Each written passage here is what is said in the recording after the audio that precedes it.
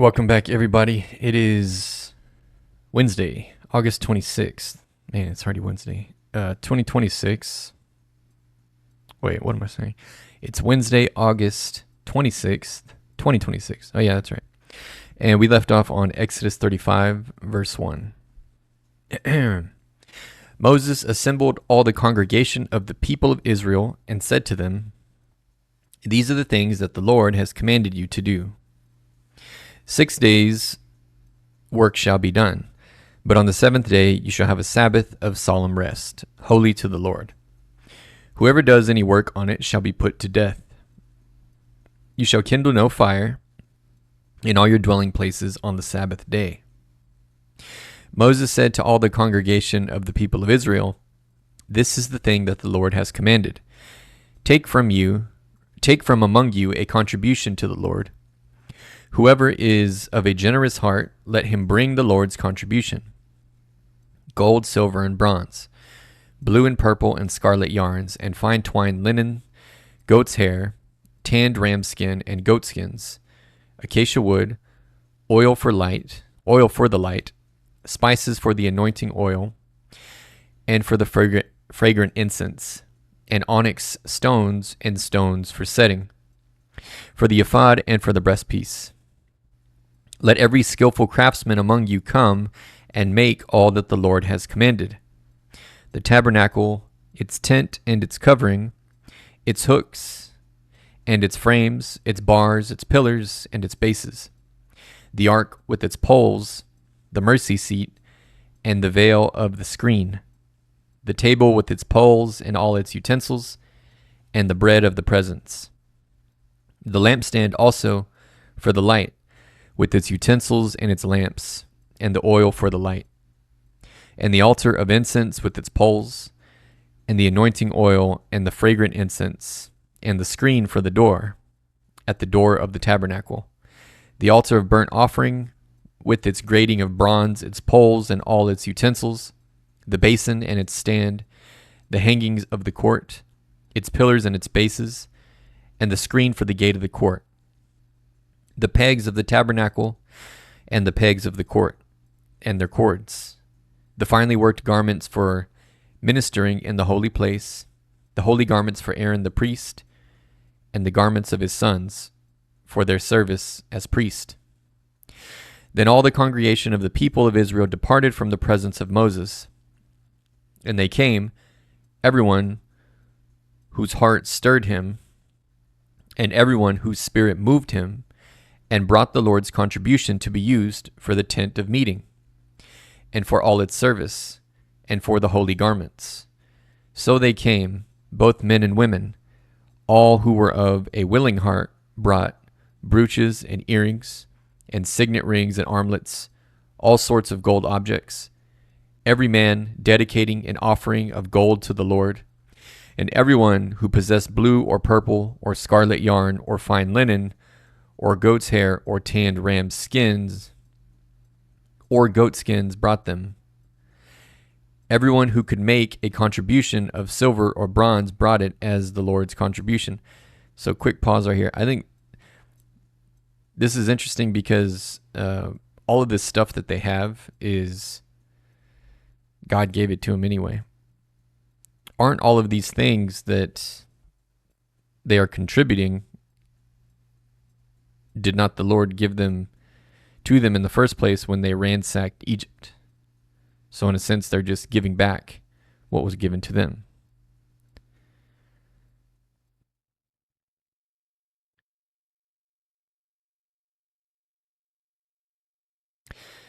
Yeah, it's a very good connection. A significant portion of what Israel is contributing in Exodus 35 likely came from what God caused the Egyptians to give them when they left Egypt. Yeah. Kind of an obvious point, but I wanted to point that out. I think that's neat. And every skillful woman spun with her hands, and they all brought what they had spun in blue and purple and scarlet yarns and fine twined linen. All the women whose hearts stirred them to use their skill spun the goat's hair, and the leaders brought onyx stones and stones to be set, for the ephod and for the breastpiece, and spices and oil for the light, and for the anointing oil, and for the fragrant incense.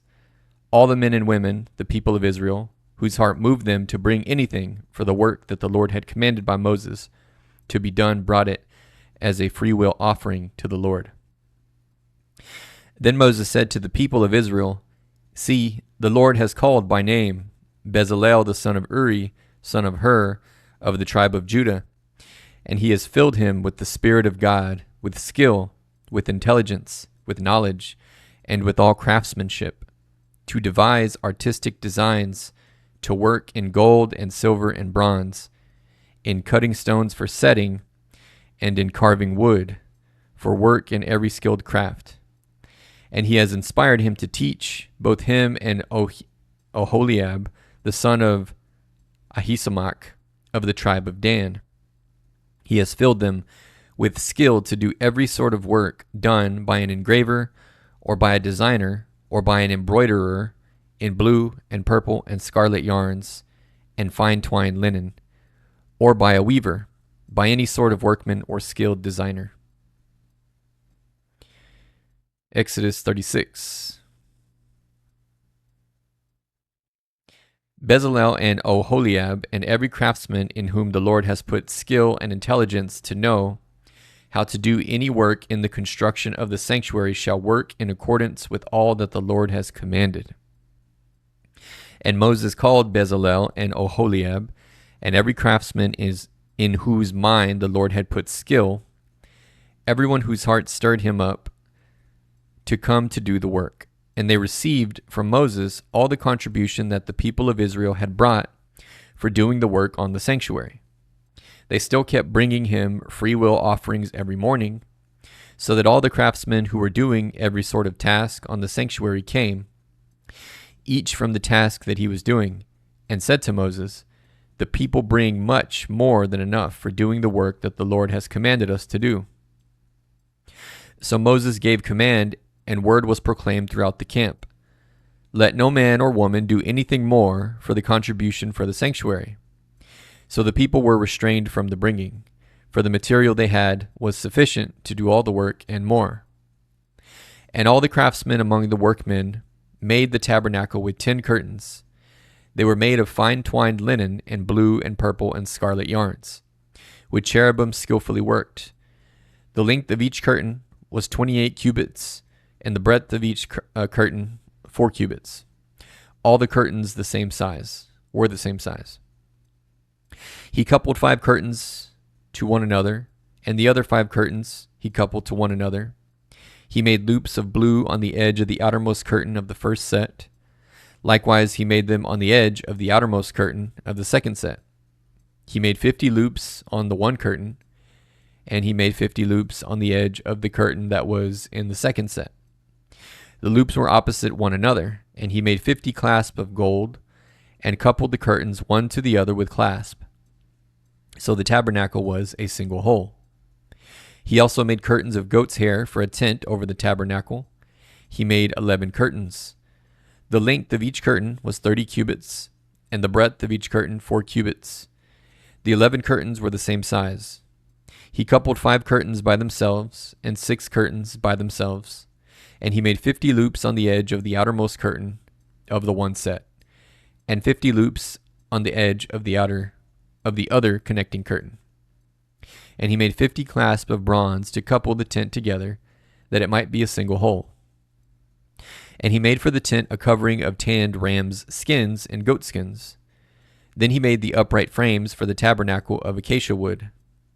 10 cubits was the length of a frame, and 1.5 cubits the breadth of each frame. Each frame had 2 tenons for fitting together. He did this for all the frames of the tabernacle. The frames for the tabernacle he made thus: 20 frames for the south side, and he made 40 bases of silver under the 20 frames, 2 bases under one frame for its 2 tenons, and 2 bases under the next frame for its 2 tenons. For the second side of the tabernacle, on the north side, he made 20 frames, and their 40 bases of silver, 2 bases under one frame and 2 bases under the next frame. For the rear of the tabernacle westward he made 6 frames. He made 2 frames for corners of the tabernacle in the rear, and they were separate beneath but joined at the top, at the first ring. He made 2 of them this way for the 2 corners. There were 8 frames with their bases of silver, 16 bases, under every frame 2 bases. He made bars of acacia wood, 5 for the frames of the one side of the tabernacle, and 5 bars for the frames of the other side of the tabernacle, and 5 bars for the frames of the tabernacle at the rear westward. And he made the middle bar to run from end to end halfway up the frames, and he overlaid the frames with gold, and made their rings of gold for holders for the bars, and overlaid the bars with gold. He made the veil of blue and purple and scarlet yarns and fine twined linen, with cherubim skillfully worked into it. He made it. And for it he made 4 pillars of acacia and overlaid them with gold. Their hooks were of gold, and he cast for them 4 bases of silver. He also made a screen for the entrance of the tent, of blue and purple and scarlet yarns and fine twined linen, embroidered with needlework, and its 5 pillars with their hooks. He overlaid their capitals, and their fillets were of gold. Fillets, and their fillets were of gold, but their 5 bases were of bronze. Exodus 37. Bezalel made the ark of acacia wood. 2 cubits and a half was its length, a cubit and a half its breadth, and a cubit and a half its height. And he overlaid it with pure gold inside and outside, and made a molding of gold around it. And he cast for it 4 rings of gold for its 4 feet, 2 rings on its one side and 2 rings on its other side. And he made poles of acacia wood and overlaid them with gold, and put the poles into the rings on the sides of the ark to carry the ark. And he made a mercy seat of pure gold. 2 cubits and a half was its length, and a cubit and a half its breadth. And he made 2 cherubim of gold.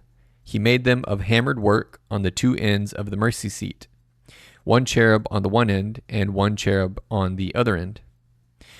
Of one piece with the mercy seat he made the cherubim on its 2 ends. The cherubim spread out their wings above, overshadowing the mercy seat with their wings.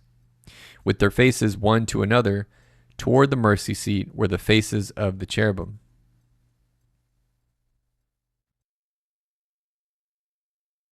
He also made the table of...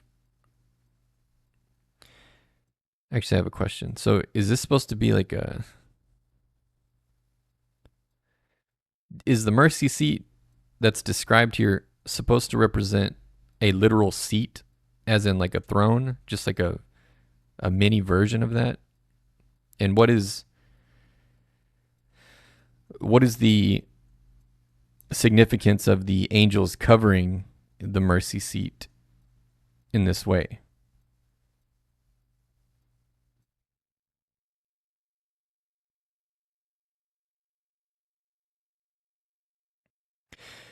Yes, mercy seat is throne imagery, but it probably shouldn't be pictured as a tiny chair sitting on top of the ark. The symbolism is richer than that.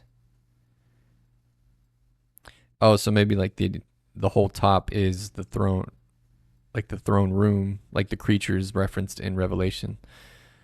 That's probably more like it. Let's see. The cherubim, the mercy seat. Oh, that's the mercy seat?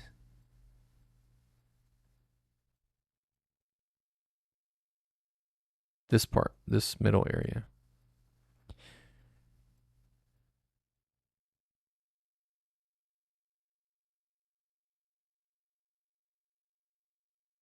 Oh, okay, yeah. So the whole platform, the lid, would represent the seat. So, okay.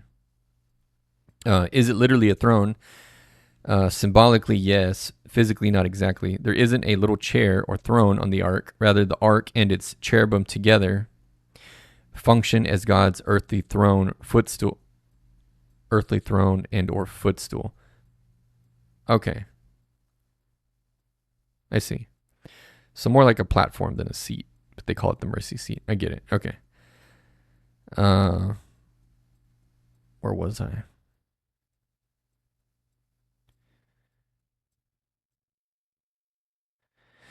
Verse 17. He also made the lampstand of pure gold. He made the lampstand of hammered work. Its base, its stem, its cups, its calyxes, and its flowers were of one piece with it. And there were 6 branches going out of its sides, 3 branches of the lampstand out of one side of it, and 3 branches of the lampstand out of the other side of it. 3 cups made like almond blossoms, each with calyx and flower, on one branch, and 3 cups made like almond blossoms, each with calyx and flower, on the other branch. So for the 6 branches going out of the lampstand. And on the lampstand itself were 4 cups made like almond blossoms, with their calyxes and flowers, and a calyx of one piece with it under each pair of the 6 branches going out of it. Their calyxes and their branches were of one piece with it. The whole of it was a single piece of hammered work of pure gold. And he made its 7 lamps and its tongs and its trays of pure gold. He made it and all its utensils out of a talent of pure gold. He made the altar of incense of acacia wood. Its length was a cubit, and its breadth was a cubit. It was square, and 2 cubits was its height. Its horns were of one piece with it. He overlaid it with pure gold, its top and around its sides and its horns, and he made a molding of gold around it, and made 2 rings of gold on it under its molding, on 2 opposite sides of it, as holders for the poles with which to carry it. And he made the poles of acacia wood and overlaid them with gold. He made the holy anointing oil also, and the pure fragrant incense, blended as by the perfumer. Exodus 38. He made the altar of burnt offering of acacia wood. 5 cubits was its length, and 5 cubits its breadth. It was 1 square, and 3 cubits was its height. He made horns for it on one of its 4 corners. Its horns were of one piece with it, and he overlaid it with bronze. And he made all the utensils of the altar, the pots, the shovels, the basins, the forks, and the fire pans. He made all its utensils of bronze, and he made for the altar a grating, a network of bronze under its ledge, extending halfway down. He cast 4 rings on the 4 corners of the bronze grating as holders for the poles. He made, this is a lot of, it's very specific. He made the poles of acacia wood and overlaid them with bronze, and he put the poles through the rings on the sides of the altar to carry it with them. He made it hollow with boards. He made the basin of bronze and its stand of bronze. From the mirrors of the ministering women He made the basin of bronze and its stand of bronze from the mirrors of the ministering women who ministered in the entrance of the tent of meeting. And he made the court for the south side of the hangings of the court were of fine twined linen, 100 cubits. Their 20 pillars and their 20 bases were of bronze, but the hooks of the pillars and their fillets were of silver. And for the north side there were hangings of 100 cubits. Their 20 pillars and their 20 bases were of bronze, but the hooks of the pillars and their fillets were of silver. And for the west side were hangings of 50 cubits, their 10 pillars and their 10 bases. The hooks of the pillars and their fillets were of silver. And for the front to the east, 50 cubits. The hangings for one side of the gate were 15 cubits, with their 3 pillars and 3 bases. And so for the other side, on both sides of the gate of the court were hangings of 15 cubits, with their 3 pillars and their 3 bases. All the hangings around the court were of fine twined linen, and the bases for the pillars were of bronze. But the hooks of the pillars and their fillets were of silver. The overlaying of their capitals was also of silver, and all the pillars of the court were filleted with silver. And the screen for the gate of the court was embroidered with needlework in blue and purple and scarlet yarns and fine twined linen. It was 20 cubits long and 5 cubits high in its breadth, corresponding to the hangings of the court. And their pillars were 4 in number. Their 4 bases were of bronze, their hooks of silver, and the overlaying of their capitals and their fillets of silver. And all the pegs for the tabernacle and for the court all around were of bronze. These are the records of the tabernacle of the testimony, as they were recorded at the commandment of Moses, the responsibility of the Levites under the direction of Ithamar the son of Aaron the priest. Bezalel the son of Uri, son of Hur, and of the tribe of Judah, made all that the Lord commanded Moses, and with him was Oholiab, the son of Ahisamach, of the tribe of Dan, an engraver and designer and embroiderer in blue and purple and scarlet yarns and fine twined linen. All the gold that was used for the work and all the construction of the sanctuary, the gold from the offering, was 29 talents and 730 shekels by the shekel of the sanctuary. The silver from those of the congregation who were recorded was 100 talents and 1,775 shekels by the shekel of the sanctuary. A bekah a head, that is, half a shekel, by the shekel of the sanctuary, for everyone who was listed in the records from 20 years old and upward, for 603,550 men. That's interesting because half a shekel was what God said was, that was the annual requirement, I believe. So anybody that was 20 years of age and older,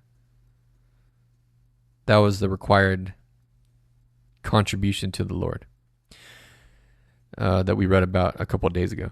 The 100 talents of silver were for casting the bases of the sanctuary and the bases of the veil. 100 bases for the 100 talents, a talent a base. And of the 1,775 shekels, he made hooks for the pillars and overlaid their capitals and made fillets for them. The bronze that was offered was 70 talents and 2,400 shekels. With it, he made the bases for the entrance of the tent of meeting, the bronze altar and the bronze grating for it, and all the utensils of the altar, the bases around the court, and the bases of the gate of the court, all the pegs of the tabernacle, and all the pegs around the court. Exodus 39. From the blue and purple and scarlet yarns they made finely woven garments for ministering in the holy place. They made the holy garments for Aaron, and as the Lord had commanded Moses. He made the ephod of gold, blue, and purple and scarlet yarns and fine twined linen. And they hammered out gold leaf, and he cut it into threads to work into the blue and purple and the scarlet yarns, and into the fine twined linen in skilled design. They made for the ephod attaching shoulder pieces, joined to it at its two edges, and the skillfully woven band on it was of one piece with it, and made like it of gold, blue, and purple and scarlet yarns, and fine twined linen, as the Lord had commanded Moses. They made the onyx stones enclosed in setting of gold filigree, and engraved the engravings of a signet according to the names of the sons of Israel. And he set them on the shoulder pieces of the ephod to be stones of remembrance for the sons of Israel, as the Lord had commanded Moses. He made the breastpiece in skilled work in the style of the ephod of gold, blue, and purple and scarlet yarns and fine twined linen. It was square. They made the breastpiece doubled, a span its length and a span its breadth when doubled, and they set it in 4 rows of stones. A row of sardius, topaz, and carbuncle was the first row, and the second row an emerald, a sapphire, and a diamond, and the third row a jacinth, and agate, and amethyst, and the fourth row a beryl, an onyx, and a jasper. They were enclosed in settings of gold filigree. There were 12 stones with their names according to the names of the sons of Israel. They were like signets, each engraved with its name for the 12 tribes. And they made on the breastpiece twisted chains like cords of pure gold. And they made 2 settings of gold filigree and 2 gold rings, and put the 2 rings on the 2 edges of the breastpiece.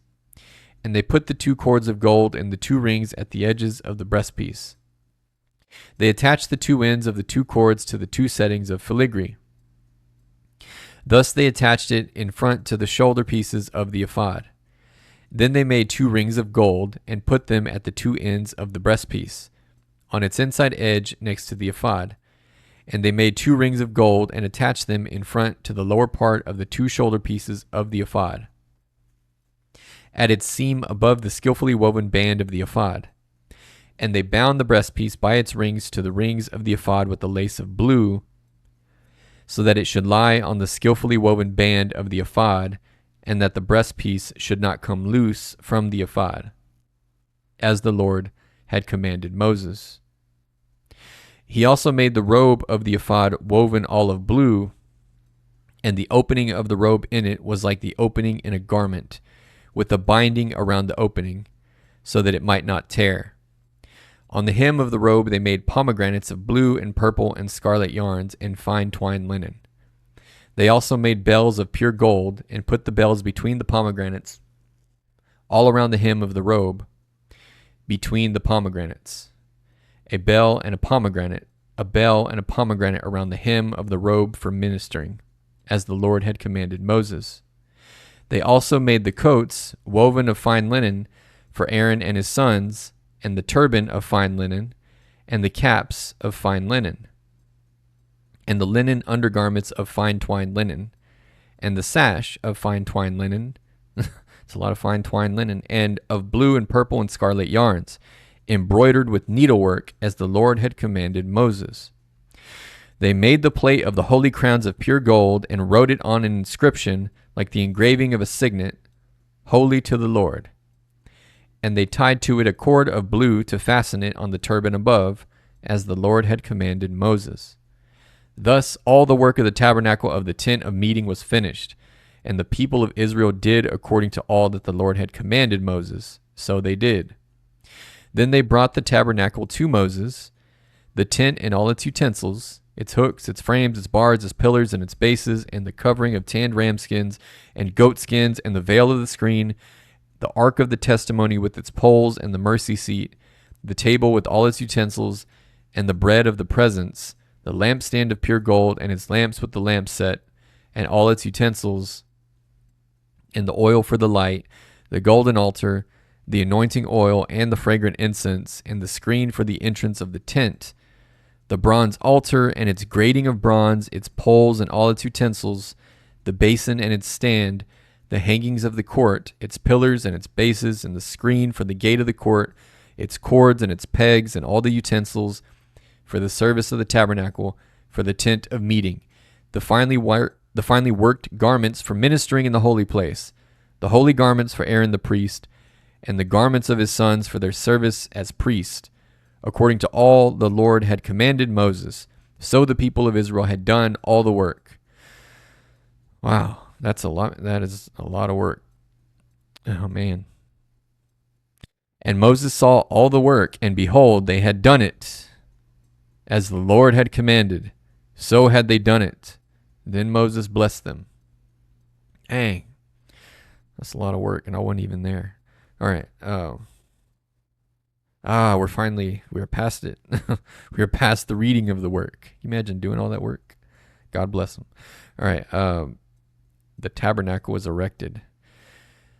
The Lord spoke to Moses, saying, this is Exodus 40, verse 1. The Lord spoke to Moses, saying, on the first day of the first month you shall erect the tabernacle of the tent of meeting, and you shall put in it the ark of the testimony, and you shall screen the ark with the veil. And you shall bring in the table and arrange it, and you shall bring in the lampstand and set up its lamps. And you shall put the golden altar for incense before the ark of the testimony, and set up the screen for the door of the tabernacle. You shall set the altar of burnt offering before the door of the tabernacle of the tent of meeting, and place the basin between the tent of meeting and the altar, and put water in it. And you shall set up the court all around, and hang up the screen for the gate of the court. Then you shall take the anointing oil and anoint the tabernacle and all that is in it, and consecrate it and all its furniture, so that it may become holy. You shall also anoint the altar of burnt offering and all its utensils, and consecrate the altar, so that the altar may become most holy. You shall also anoint the basin and its stand, and consecrate it. Then you shall bring Aaron and his sons to the entrance of the tent of meeting, and shall wash them with water, and put on Aaron the holy garments, and you shall anoint him and consecrate him, that he may serve me as priest. You shall bring his sons also, and put coats on them, and anoint them, as you anointed their father, that they may serve me as priest. And their anointing shall admit them to a perpetual priesthood throughout their generations. This Moses did, according to all that the Lord commanded him, so he did. In the first month, in the second year, on the first day of the month, the tabernacle was erected. Moses erected the tabernacle. He laid its bases and set up its frames and put in its poles and raised up its pillars. And he spread the tent over the tabernacle and put the covering of the tent over it, as the Lord had commanded Moses. He took the testimony and put it into the ark, and put the poles on the ark, and set the mercy seat above on the ark. And he brought the ark into the tabernacle and set up the veil of the screen and screened the ark of the testimony as the Lord had commanded Moses. He put the table and the tent of meeting on the north side of the tabernacle outside the veil and arranged the bread on it before the Lord as the Lord had commanded Moses. He put the lampstand in the tent of meeting opposite the table on the south side of the tabernacle and set up the lamps before the Lord as the Lord had commanded Moses. He put the golden altar in the tent of meeting before the veil and burned fragrant incense on it as the Lord had commanded Moses. He put in place the screen for the door of the tabernacle, and he set the altar of burnt offering at the entrance of the tabernacle of the tent of meeting and offered on it the burnt offering and the grain offering as the Lord had commanded Moses. He set the basin between the tent of meeting and the altar and put water in it for washing, with which Moses and Aaron and his sons washed their hands and their feet. When they went into the tent of meeting and when they approached the altar, they washed, as the Lord commanded Moses. And he erected the court around the tabernacle and the altar and set up the screen of the gate of the court. So Moses finished the work. Then the cloud covered the tent of meeting, and the glory of the Lord filled the tabernacle.